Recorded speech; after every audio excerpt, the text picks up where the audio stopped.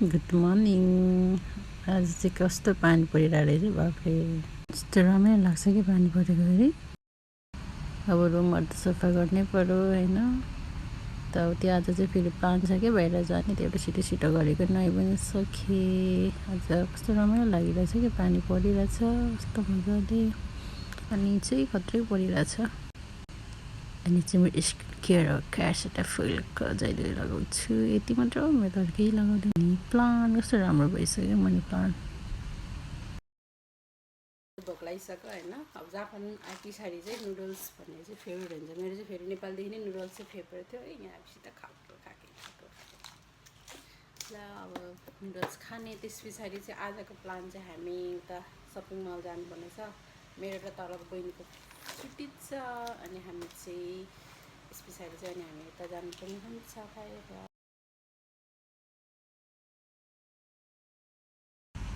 चौचौ ready भइसक्यो।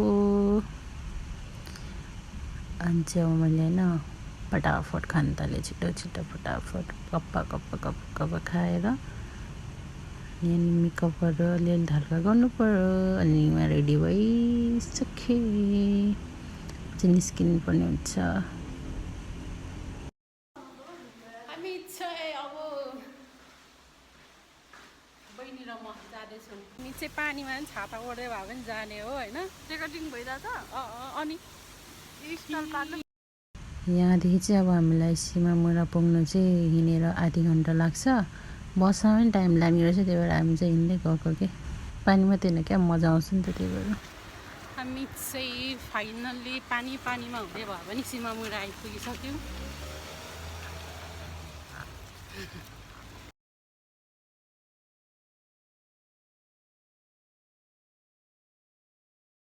पानीमा भिज्दै भयो भने हामी आइसक्यौँ सीमा मुरा।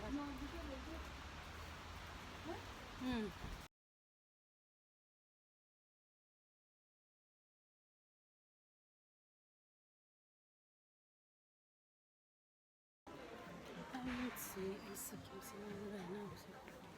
हामीले कति धेरै समय कति धेरै यो चाहिँ ह्याकुएन सप हो। यहाँ पनि कति राम्रो राम्रोहरू छ सामानहरू, 100 रुपियाँ। किन कमनहरू पनि हेऱ्यो। सपिङ गरिसकेको, पानी परेको पहिला कसरी जाने होला।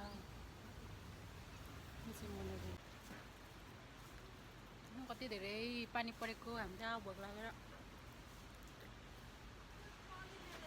यहाँ बसिरहेको सपिङ गर्दै।